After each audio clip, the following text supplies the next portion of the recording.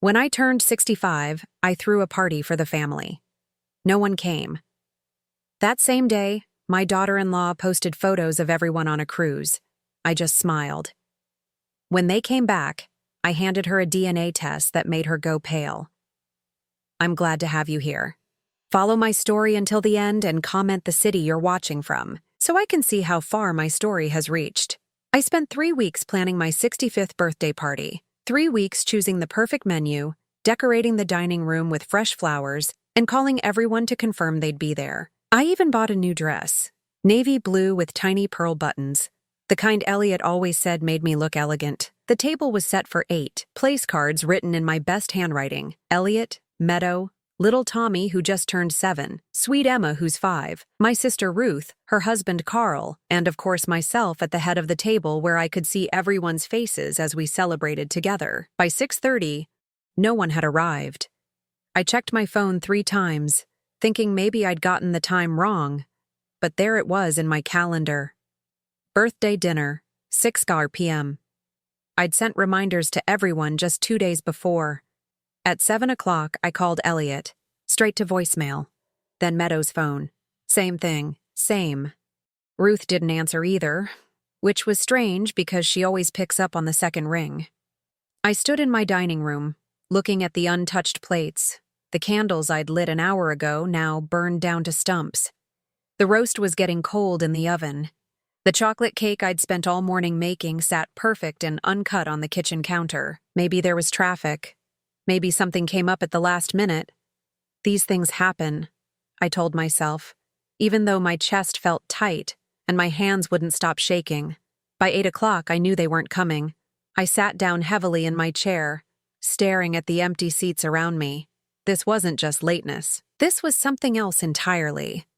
The silence in my house felt different. Not peaceful, but hollow, like the house itself was holding its breath. That's when I made the mistake of checking Facebook.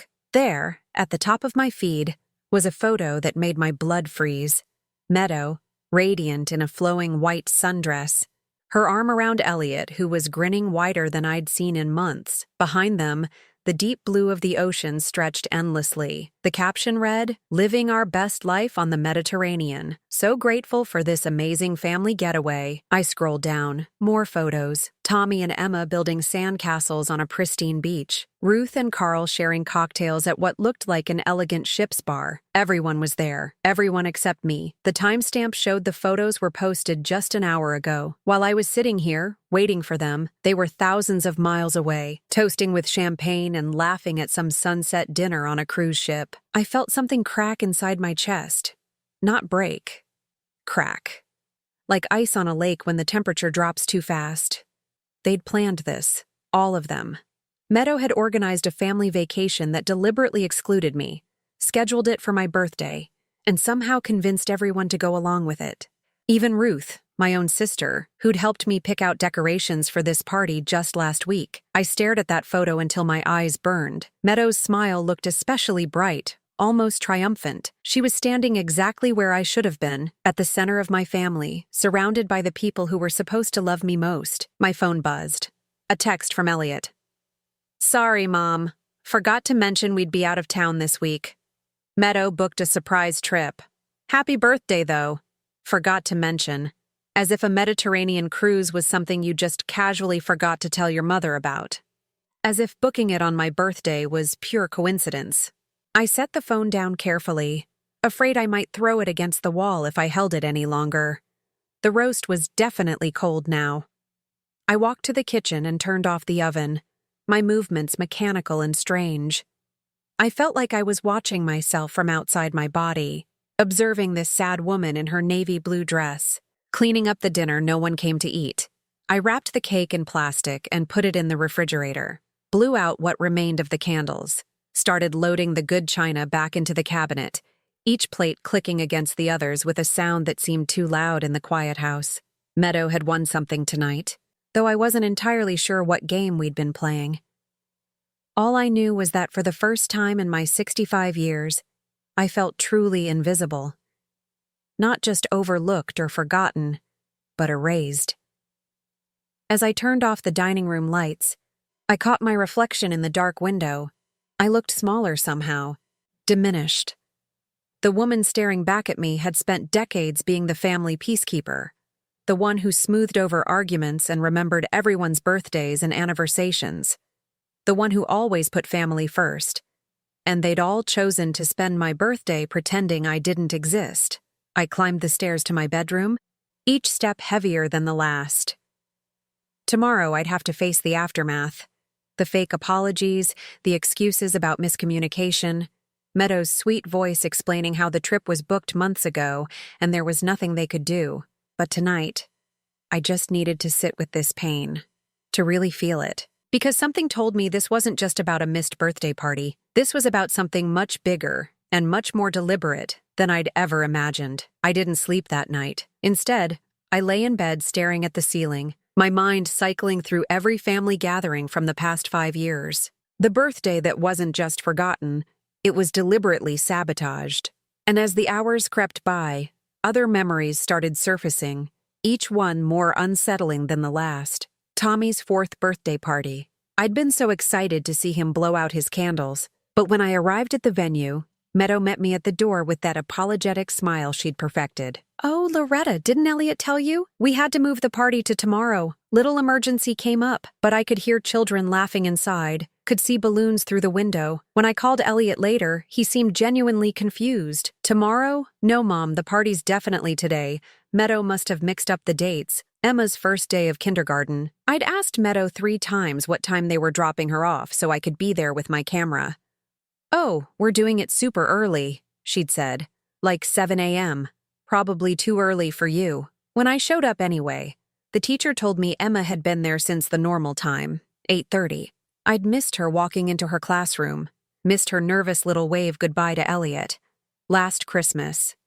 Meadow had called me 2 days before, her voice tight with false concern.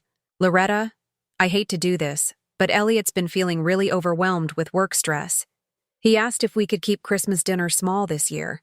Just immediate family." I'd spent Christmas alone, reheating leftovers and watching old movies. Later, I found out from Ruth that they'd had a huge celebration. She'd seen the photos on Instagram. 20 people, including Elliot's college friends and several neighbors, everyone except me. Each memory felt like a puzzle piece clicking into place, forming a picture I'd been too blind to see. This wasn't a pattern of miscommunication or innocent scheduling conflicts. This was systematic, calculated. I got up and made coffee as the sun rose, my hands still trembling from exhaustion, and something else. A growing sense of dread.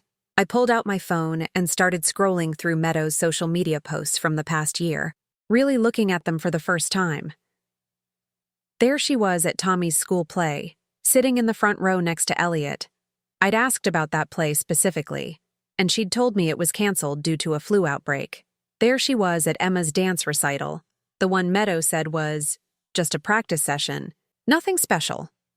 Photo after photo of family moments I'd been excluded from, each one tagged with captions about precious family memories and "blessed to have these people in my life." The cruelest part was how natural it all looked. Meadow's arm around Elliot, the children clustered close to their parents, everyone smiling like they belonged together, like they were complete without me. I set the phone down and walked to my kitchen window, looking out at the garden I'd planted when Elliot was a boy. He used to help me weed these flower beds, his small hands careful with the delicate stems. When had I lost him? When had he stopped seeing me as essential to his happiness? The answer came with startling clarity, when Meadow entered our lives. Before her, Elliot called me twice a week. We had standing dinner dates every other Sunday. He'd ask my advice about work problems, share stories about his day. He was my son, my friend, my connection to a future I'd helped create. Meadow changed that gradually, so slowly I didn't notice until it was too late. First, the Sunday dinners became monthly. Meadow's been planning these elaborate meals, Elliot explained. She loves having me all to herself on weekends. Then the phone calls dwindled to obligation check-ins on holidays. "Sorry, Mom. Can't talk long. Meadow's got us scheduled pretty tight today." She never said anything directly against me. That would have been too obvious, too easily countered. Instead, she operated in the spaces between words, in the silences that followed her suggestions. Your mom seems tired lately. Maybe we shouldn't burden her with the kids this weekend. I saw your mom at the grocery store yesterday. She looked a little confused about something. Do you think she's doing okay living alone? Subtle implications that I was becoming a burden, a concern, someone who needed managing rather than including. I thought about the way she hugged me at family gatherings, always a beat too long, her hand rubbing my back like I was a fragile elderly relative who needed comforting rather than an equal member of the family. The way she'd interrupt when I was talking to the children, redirecting their attention to something else. Grandma Loretta's had a long day, sweeties. Why don't you show Daddy your new toy instead? And Elliot, my beautiful, trusting son, had absorbed it all without question. He'd started looking at me the way Meadow did, with a mixture of affection and pity, like I was something precious but increasingly irrelevant. The phone rang, startling me from my thoughts. Elliot's name flashed on the screen. Hi, Mom. His voice was cheerful, relaxed in a way that made my chest ache. Just wanted to call and say happy belated birthday. Sorry we missed it, but this trip has been incredible. Meadow really outdid herself with the planning. I gripped the phone tighter. Yes, I saw the photos. Oh, good. Meadow's been posting like crazy. The kids are having such a blast. Tommy learned to snorkel yesterday, and Emma made friends with this little girl from Boston. You would have loved seeing them. Would I? Because from where I sat, it seemed like no one had even noticed I wasn't there. The trip was very last minute, I said carefully. I know, right? Meadow found this amazing deal and just went for it. She's always been spontaneous like that. One of the things I love about her. Spontaneous. That's what he called deliberately booking a cruise on his mother's birthday. Elliot, I started, then stopped. What could I say? That his wife was manipulating him? That she'd spent years systematically excluding me from his life? He'd think I was jealous, bitter, unable to accept that he'd grown up and moved on. Maybe I was all those things, but I was also right. Everything okay, Mom? You sound off. I closed my eyes, feeling the weight of all those lost moments, all those times I'd been edited out of my own family's story. I'm fine, sweetheart. Just tired. Well, get some rest. We'll be back next week, and I promise we'll plan something special to make up for missing your birthday. Another promise from Elliot that Meadow would find a way to break. After I hung up, I sat in my kitchen for a long time, watching the light change as morning moved toward afternoon. I thought about the years ahead. More birthdays spent alone, more grandchildren's milestones missed, more family photos where my absence was so complete it was like I'd never existed at all. For the first time since my husband died 8 years ago, I felt truly orphaned. Not by death this time, but by something arguably worse. By the deliberate, methodical erasure of my place in the only family I had left. But as the anger built in my chest, hot and bright, I realized something else. I wasn't going to disappear quietly. If Meadow wanted to play games, she'd picked the wrong opponent. I'd raised Elliot when his father left us. I'd worked 2 jobs to put him through college, sacrificed my own dreams to ensure he had every opportunity. I'd earned my place in this family, and I wasn't giving it up without a fight. I just needed to figure out what I was really fighting against. It was Tuesday morning, exactly 1 week after my abandoned birthday party, when the doorbell rang. I was still in my robe, nursing my second cup of coffee and staring at the stack of thank you cards I'd bought for a celebration that never happened. The sound startled me. I wasn't expecting anyone. And honestly, unexpected visitors had become rare in my carefully managed social isolation. Through the peephole, I saw a man I didn't recognize, mid-40s maybe, with dark hair and worry lines etched deep around his eyes. He was well-dressed but rumpled, like he'd been traveling. His hands were shoved deep in his coat pockets, and he kept glancing around nervously as if he wasn't sure he should be there. I almost didn't answer. After the cruise incident, I wasn't in the mood for solicitors or missionaries or whatever this stranger might want. But something about his posture, the way he seemed to be gathering courage just to stand on my porch, made me curious. "Can I help you?" I called through the door. "Mrs. Patterson?" His voice was careful, hesitant. "Loretta Patterson? Elliot's mother?" My chest tightened. How did this stranger know my son's name? Who's asking? He was quiet for a moment, then said something that made my blood run cold. My name is David Chen. I need to talk to you about Meadow. I opened the door slowly, keeping the chain latched. What about Meadow? David Chen looked even more nervous up close. His hands were trembling slightly, and there were dark circles under his eyes like he hadn't slept in days. This is going to sound crazy, Mrs. Patterson, but I think my son might be living in your son's house. The chain felt suddenly heavy in my hands. What are you talking about? Tommy, he said, and the name hit me like a physical blow. The little boy. 7 years old, brown hair, has a scar on his chin from falling off his bike when he was 4. I stared at him, my mind reeling. Tommy did have a scar on his chin. Elliot had told me about the bike accident, how scared they'd all been rushing him to the emergency room. But how would this stranger know that? I think you better come in, I said, my voice barely above a whisper. David Chen sat on my couch like he might bolt at any second. I offered him coffee, but he shook his head, his hands clasped so tightly in his lap that his knuckles were white. I don't know where to start, he said. This is going to sound insane. Try me. I've had a very strange week. He took a shaky breath. Meadow and I, we were together for 2 years. This was before she met your son, before she got married. We lived together, talked about marriage, the whole thing. And then she got pregnant. My coffee cup suddenly felt too heavy. I set it down carefully, afraid I might drop it. I was so happy, David continued, his voice thick with old pain. I wanted to marry her immediately, start planning our life together. But Meadow, she kept putting me off, said she needed time to think, wasn't ready for such a big step. Then one day I came home from work and she was gone. Just gone. All her stuff. Everything. Like she'd never lived there at all. Did you look for her? Of course I did. For months, filed a missing person report, hired a private investigator, posted on every social media platform I could think of. Nothing. It was like she'd vanished into thin air. He rubbed his face with both hands. The investigator finally told me to give up, said some people just don't want to be found. I was starting to feel sick. What does this have to do with Tommy? 3 months ago, I was at a conference in Sacramento, just walking around downtown during lunch, and I saw them. Meadow and a little boy who looked exactly like me at that age. Same eyes, same chin, even the same way of tilting his head when he's concentrating. I followed them for 3 blocks, Mrs. Patterson.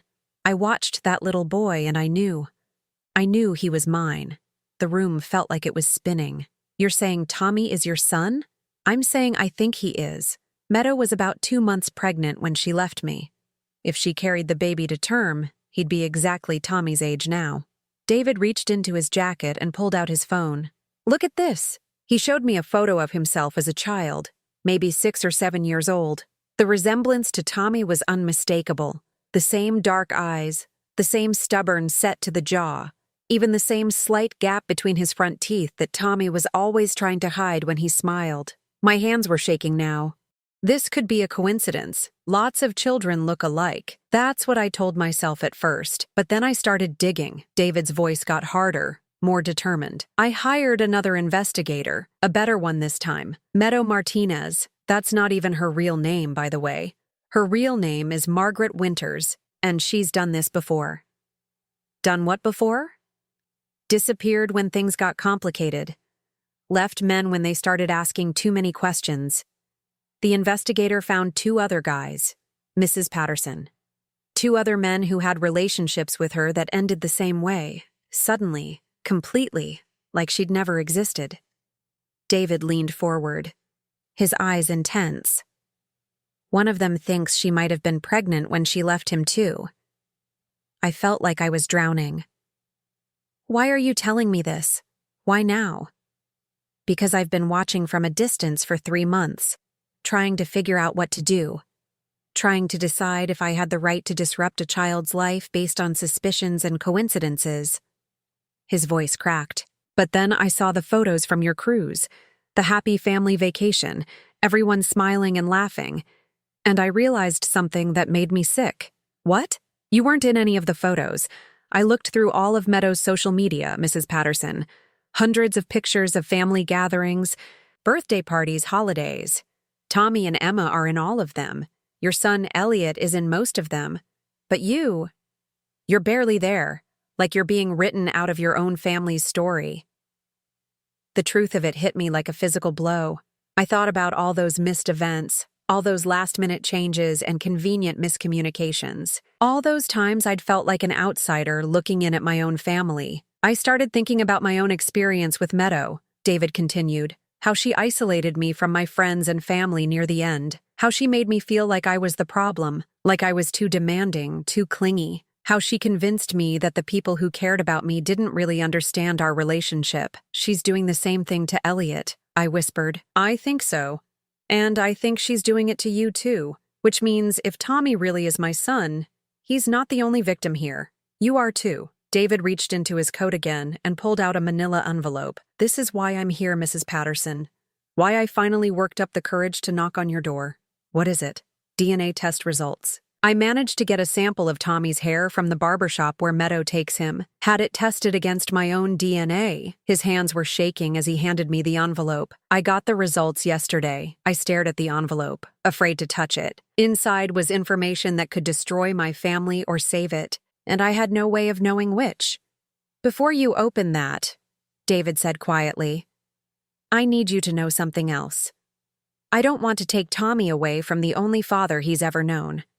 I don't want to traumatize him or disrupt his life. But I can't stand by and watch Meadow manipulate and lie to the people who love him, including you. What are you asking me to do? I'm asking you to help me make sure he's protected. From her. From whatever game she's been playing with all of us.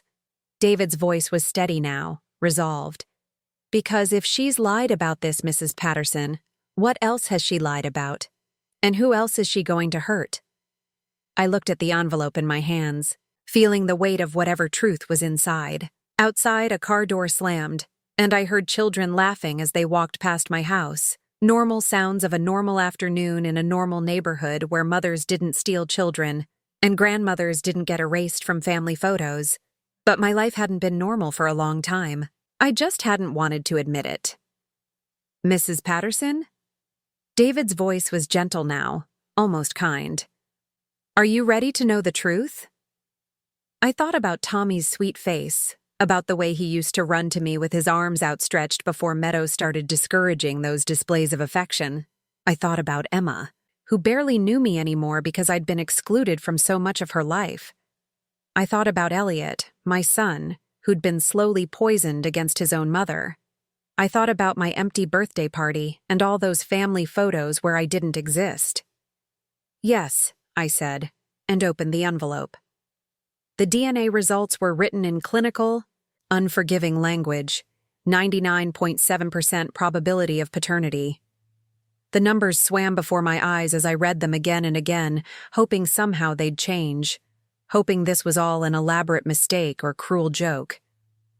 Tommy wasn't Elliot's son. My grandson, the little boy I'd watched take his first steps, helped teach to tie his shoes, read bedtime stories to when he was small enough to curl up in my lap.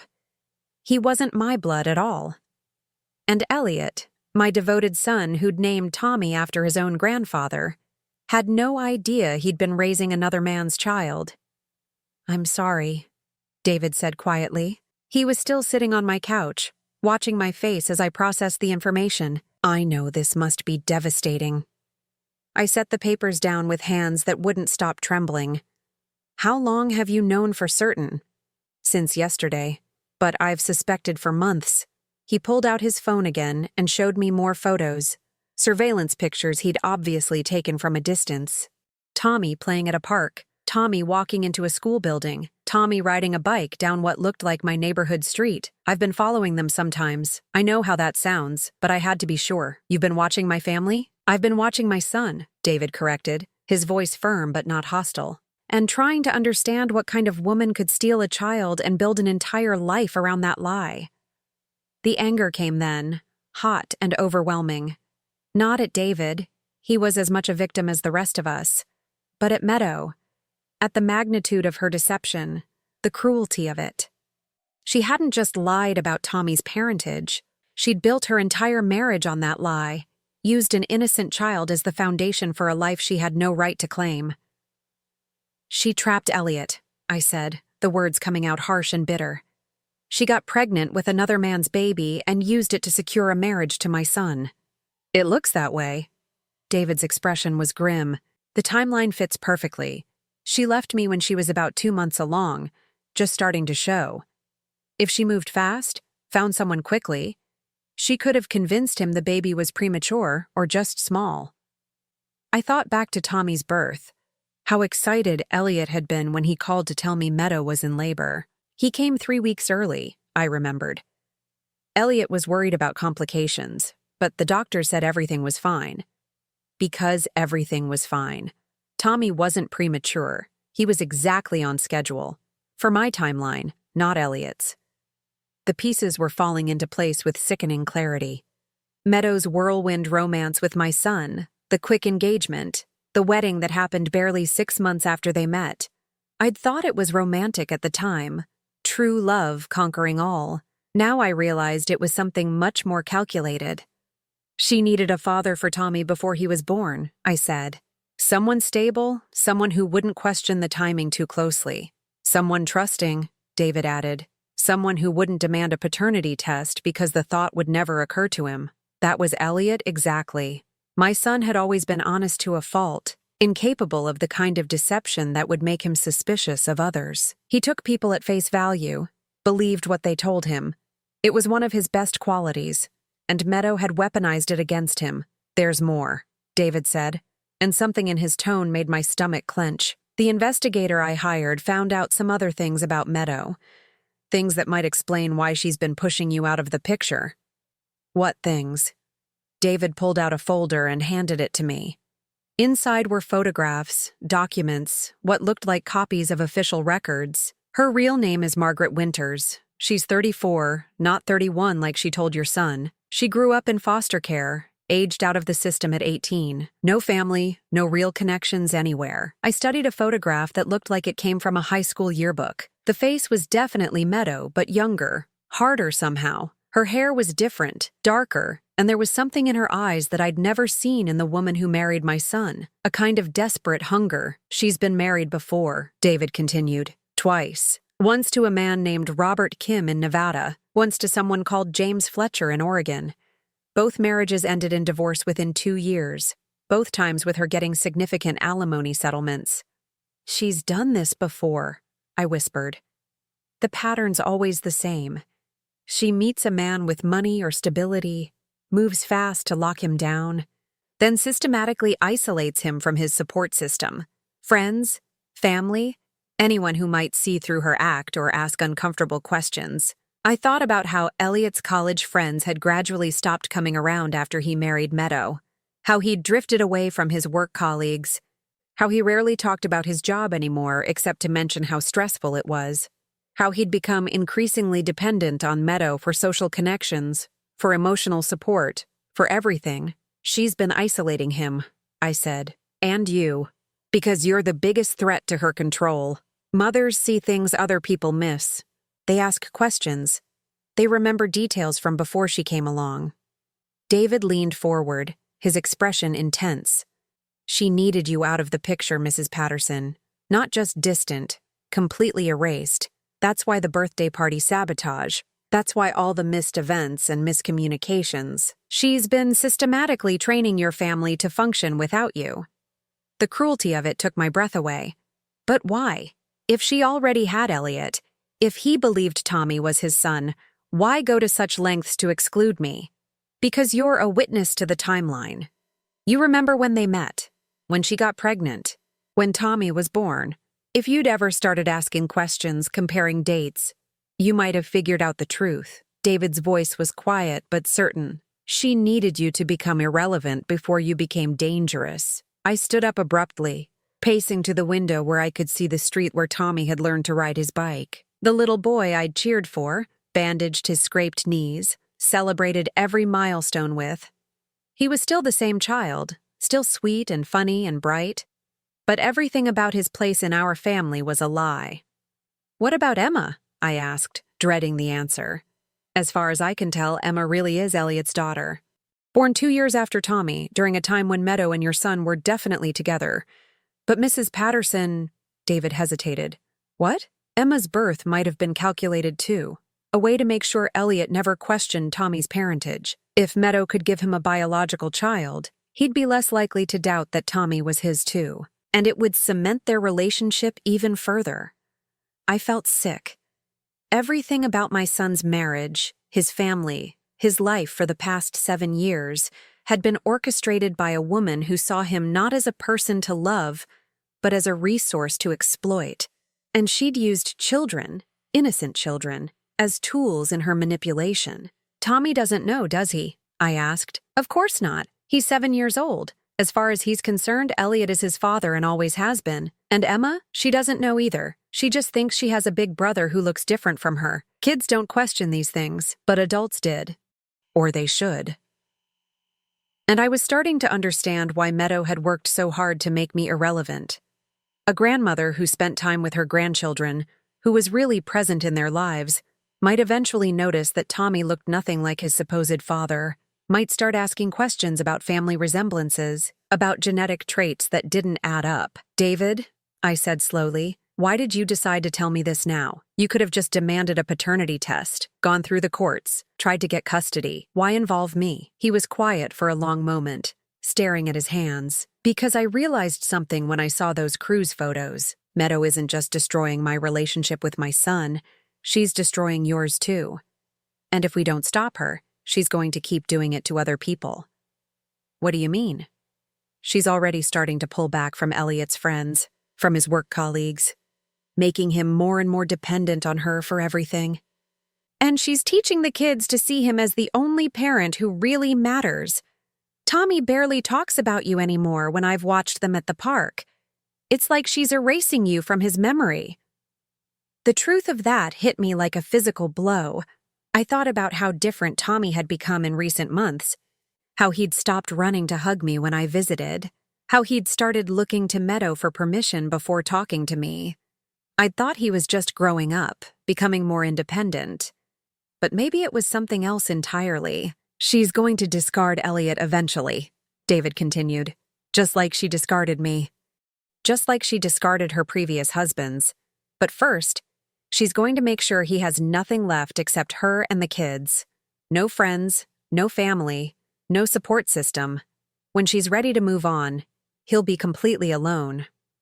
I closed my eyes, seeing my son's future stretched out before him, isolated, abandoned, probably broke if Meadow was as calculating as she appeared to be, and the children, caught in the middle of it all, used as pawns in a game they didn't even know they were playing.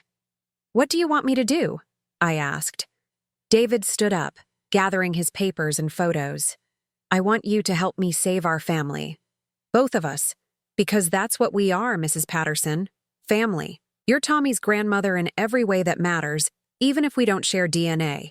And I'm not going to let Meadow destroy that just because she's afraid of the truth. He handed me a business card with his contact information. Think about it, but don't think too long. They'll be back from their cruise in a few days, and when they are, Meadow's going to be watching for any sign that you're becoming a problem again. If we're going to act, it has to be soon. After David left, I sat in my living room holding the DNA results and staring at that business card. Outside, the afternoon was fading into evening, and the house felt quieter than ever. But for the first time in months, the silence didn't feel empty.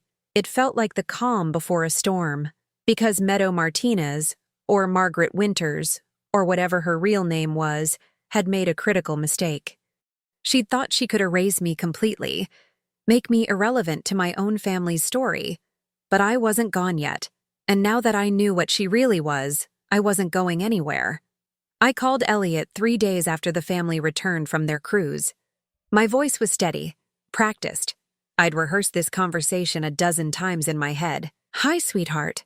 I was wondering if we could all get together for dinner this weekend. I have something important I'd like to discuss with you and Meadow. There was a pause on the other end. Is everything okay, Mom? You sound serious. Everything's fine. I just think it's time we had a real family conversation. About us. About the future. I've been doing some thinking while you were away. Another pause. Longer this time. I could hear Meadow's voice in the background, though I couldn't make out the words. When Elliot came back on the line, his tone was more cautious. Meadow wants to know what kind of conversation. She's concerned that you might be upset about the cruise timing. Of course she was concerned. Meadow's instincts were sharp. She could probably sense that something had shifted, even through the phone. Tell Meadow I'm not upset about anything. I just think it's important for families to communicate openly. Don't you? Saturday evening would be perfect. I'll cook.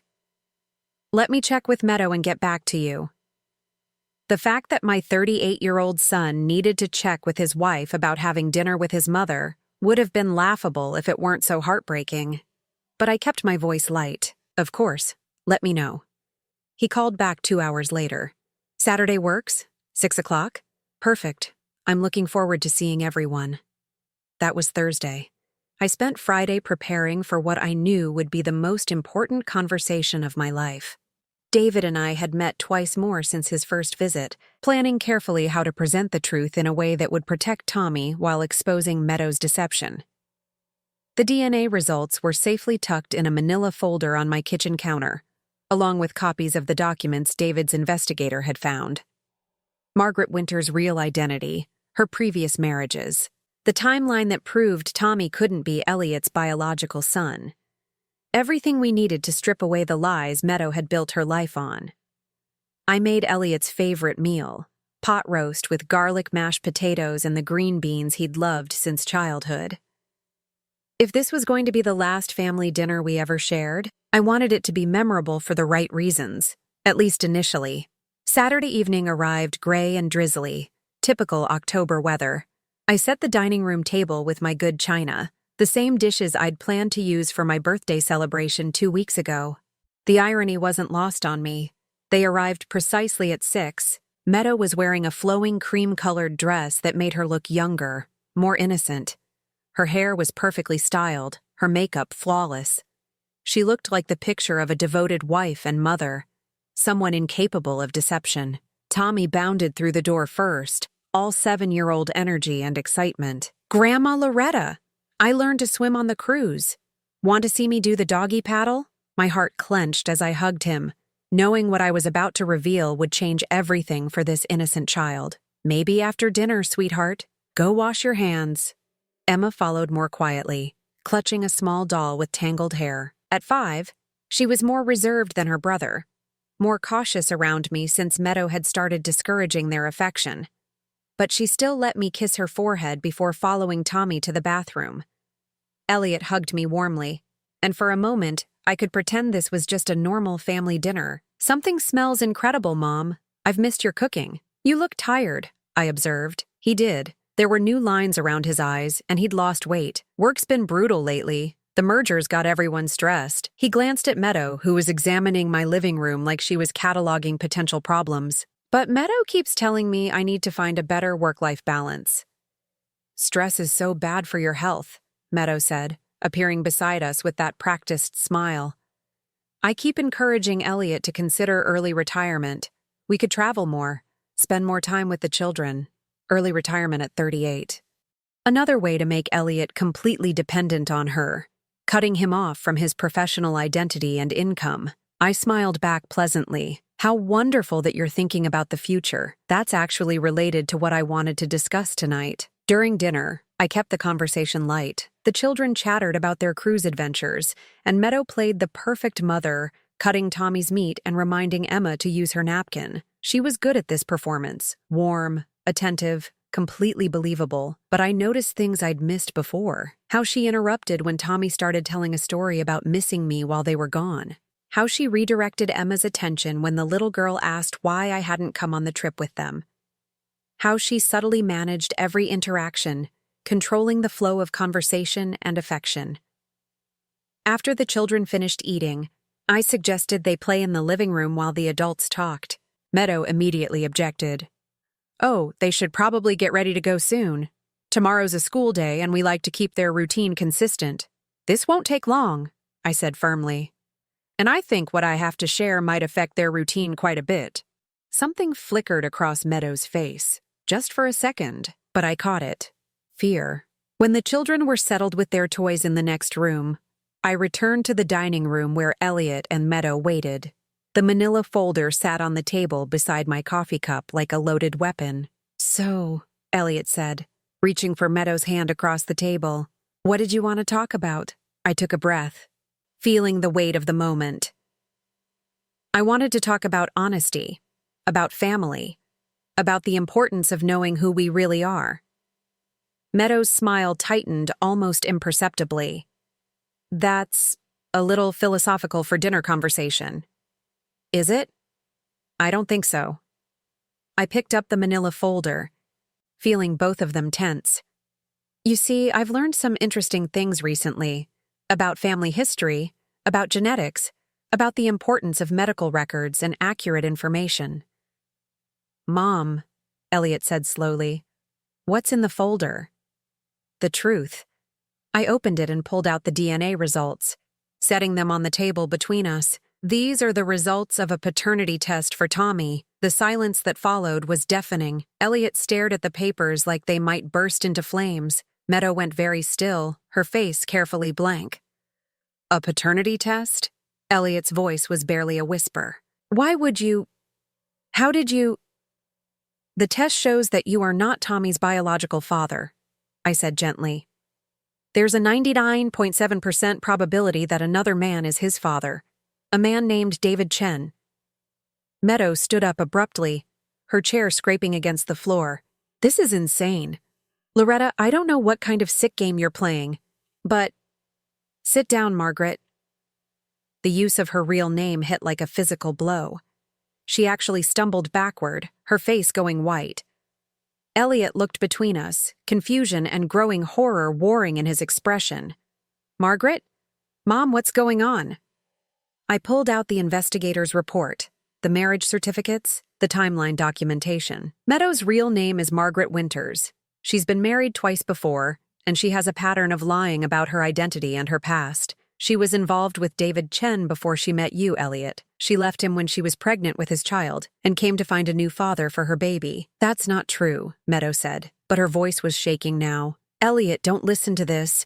Your mother has obviously had some kind of breakdown. Tommy was born 7 months after you two met," I continued relentlessly. "You thought he was premature, but he wasn't. He was born exactly on schedule for the timeline of Meadow's relationship with David." Elliot picked up the DNA results with hands that were trembling. I watched his face as he read them, watched the color drain from his cheeks as the numbers sank in. This can't be right," he whispered. "David Chen has been looking for his son for 7 years, I said. "He found you 3 months ago and has been watching from a distance, trying to decide what to do. He came to me because he recognized what Meadow was doing to our family, the same isolation tactics she used on him."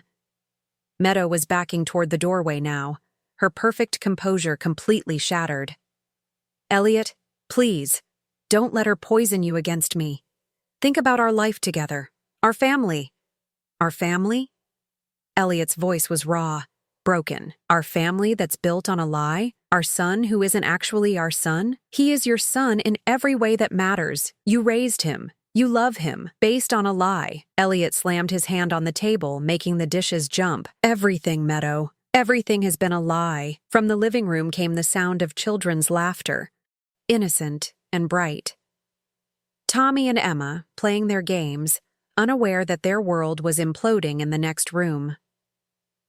"There's more," I said quietly, and pulled out the records of Meadow's previous marriages. "She's done this before. Found men, married them quickly, isolated them from their families, then moved on when it suited her. You're not her first victim, Elliot. You're just the most successful one." Elliot stared at the documents, his breathing shallow and fast. "The cruise," he said suddenly. "Your birthday. That wasn't a coincidence, was it?" Meadow said nothing, but her silence was answer enough. "You planned it deliberately. You made sure Mom would be alone on her birthday while we were all together, having fun without her. You wanted to hurt her. I wanted to protect our family," Meadow started. "From what? From my mother? From the woman who raised me and loved me and would never hurt anyone? From someone who would eventually figure out the truth," I said softly. "That's what this has all been about, Elliot. The missed events, the last-minute changes, the gradual separation from your friends and family. Meadow needed to isolate you completely before you started asking questions she couldn't answer. Elliot looked up at his wife.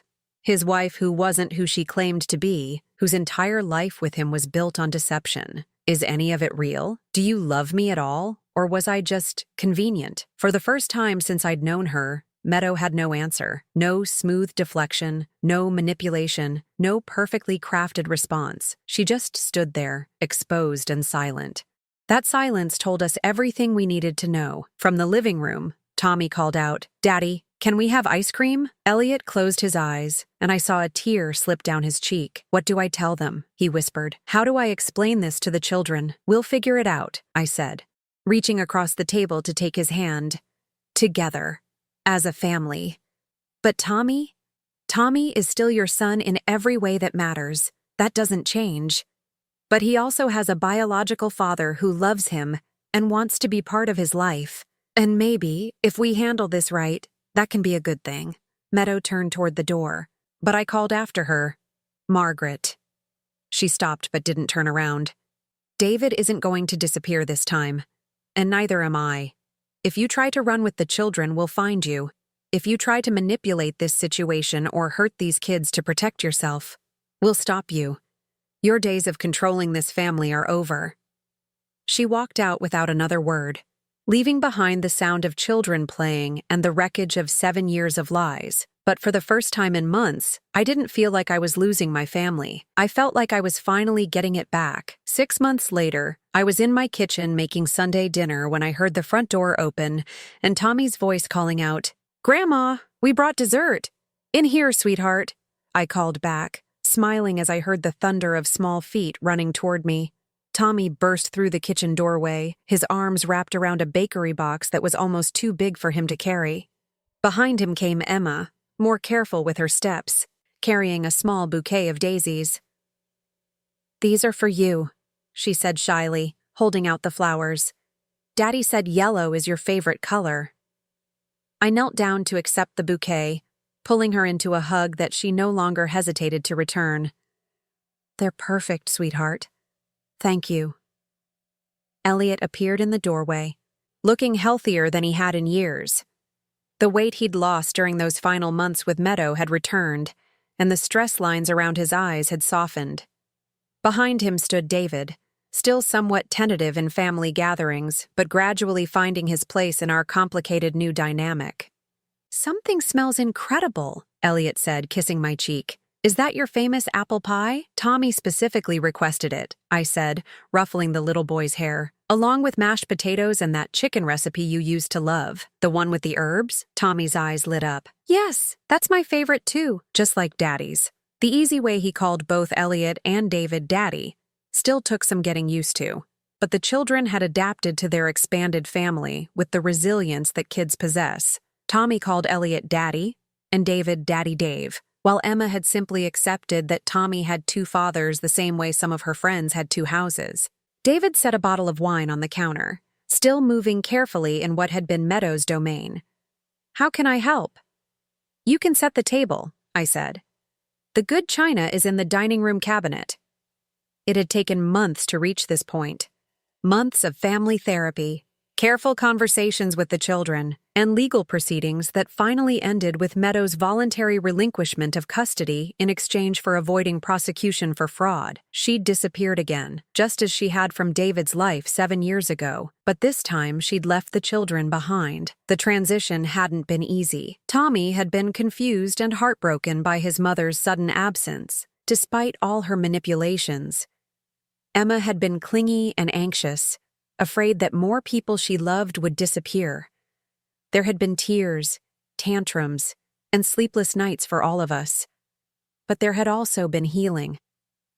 Elliot had moved back into the house he'd shared with Meadow, but everything felt different now. The oppressive atmosphere of secrets and walking on eggshells was gone. David had rented an apartment just 10 minutes away, close enough to be part of daily life, but far enough to give everyone space to adjust.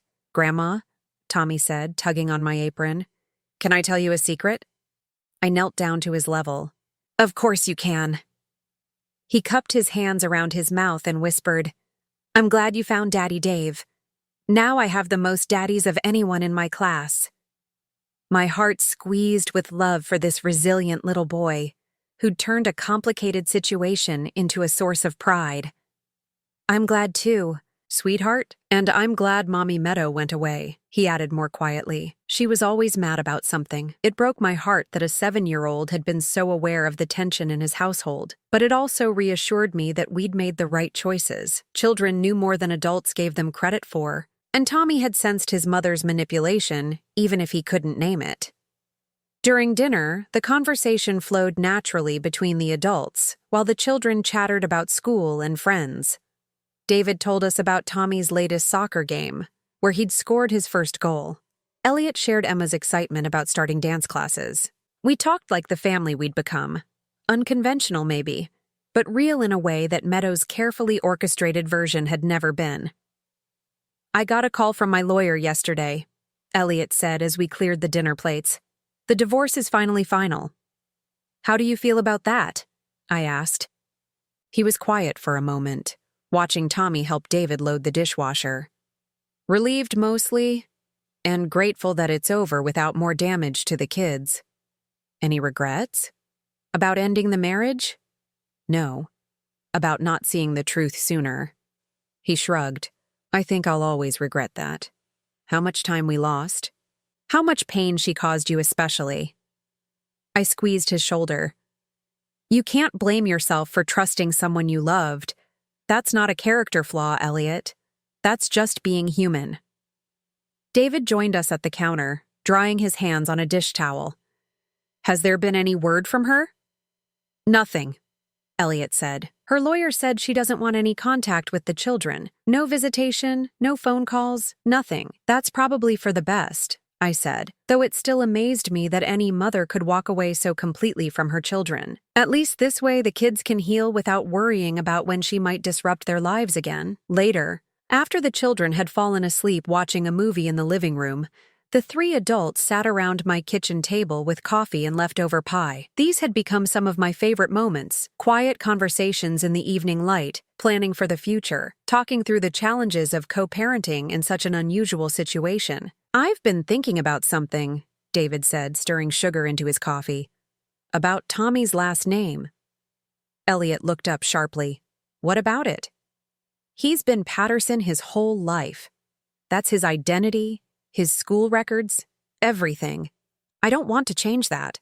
But I was wondering, David hesitated, then pushed forward. Would it be okay if I took your name too? Officially, I mean. David Patterson Chen. So Tommy and I would share part of a name, but he'd still be connected to you and your family history. The gesture was so thoughtful, so carefully designed to honor everyone's place in Tommy's life, that I felt tears prick my eyes. Elliot looked stunned. You'd do that? I want Tommy to know that families can be complicated without being broken, David said. I want him to understand that loving someone doesn't mean you have to choose sides or pretend other relationships don't matter. Elliot reached across the table and shook David's hand. I think that's perfect. As the evening wound down and David prepared to take the children to his apartment for their weekly overnight stay, I pulled him aside. Thank you, I said quietly. For what? For saving my family. For having the courage to tell me the truth when it would have been easier to just disappear again. David was quiet for a moment, watching Tommy gather his backpack and favorite stuffed animal. You know what I realized that day I came to your door? I wasn't just losing my son. You were losing your family too. Meadow was taking all of us away from each other, piece by piece. But we stopped her. We did. He smiled, and for the first time since I'd met him, it reached his eyes completely. And look what we built instead. I looked around my house, at the children's artwork taped to the refrigerator, at Emma's forgotten sweater draped over a chair, at the family photos that now included David and truly reflected our reality. It wasn't the family I'd imagined when Elliot first got married, but it was infinitely better than the hollow performance Meadow had orchestrated. After everyone left, I sat in my living room with a cup of tea, reflecting on how dramatically my life had changed since that devastating birthday 6 months ago. The empty house that had felt like a tomb now hummed with the echoes of family life. Children's laughter, David's careful questions about family traditions, Elliot's relieved conversation about his future plans. My phone buzzed with a text from Elliot. "Thanks for dinner, Mom. The kids are asking if we can do this every Sunday." I told them that was up to Grandma. I typed back, "Every Sunday sounds perfect. This is what families do." His response came quickly. "Yes, this is what real families do." I set the phone aside and looked at the framed photo on my side table. A picture from last month's trip to the zoo, all 5 of us crowded together in front of the elephant enclosure. Tommy was perched on David's shoulders while Emma held tight to my hand. Elliot stood in the middle, one arm around me and the other around David, grinning like he'd just remembered what happiness felt like. We looked like what we were, a family that had been broken apart and put back together in a new configuration, stronger and more honest than before, not conventional, but real, not perfect, but true. The house settled around me as night fell, but it didn't feel empty anymore. It felt full of possibilities, full of the love that Meadow had tried so hard to destroy, but had never quite managed to extinguish. I'd thought my 65th birthday had marked the end of my relevance to my family's story. Instead, it had marked the beginning of a new chapter, one where love wasn't conditional, where truth mattered more than appearance, and where being a grandmother meant protecting your grandchildren from anyone who would use them as weapons, even their own mother. Tomorrow was Monday, which meant Tommy had soccer practice and Emma had her dance class. David would pick up Tommy while Elliot took Emma, and they'd both end up back here for homework and dinner. It was the kind of routine that Meadow would have controlled and manipulated, but that now flowed naturally from our genuine care for each other. As I turned off the lights and headed upstairs, I thought about the woman who'd tried to erase me from my own family's life. Somewhere out there, Meadow was probably spinning a new identity, crafting a new story, looking for a new family to infiltrate and control. But she'd left something behind that she'd never be able to replace. The love between people who chose to fight for each other instead of giving up. She'd taught us all what we didn't want to be, and in doing so, she'd helped us become exactly who we were meant to be. For that, if nothing else, I supposed I owed her a twisted kind of gratitude. But mostly, I just felt sorry for her. She'd had a real family within her grasp, flawed and complicated, but genuine, and she'd thrown it away for the hollow satisfaction of control, her loss, our gain. And finally, after months of feeling like a ghost in my own life, I was home. Now I'm curious about you who listened to my story. What would you do if you were in my place? Have you ever been through something similar? Comment below. And meanwhile, I'm leaving on the final screen 2 other stories that are channel favorites, and they will definitely surprise you. Thank you for watching until here.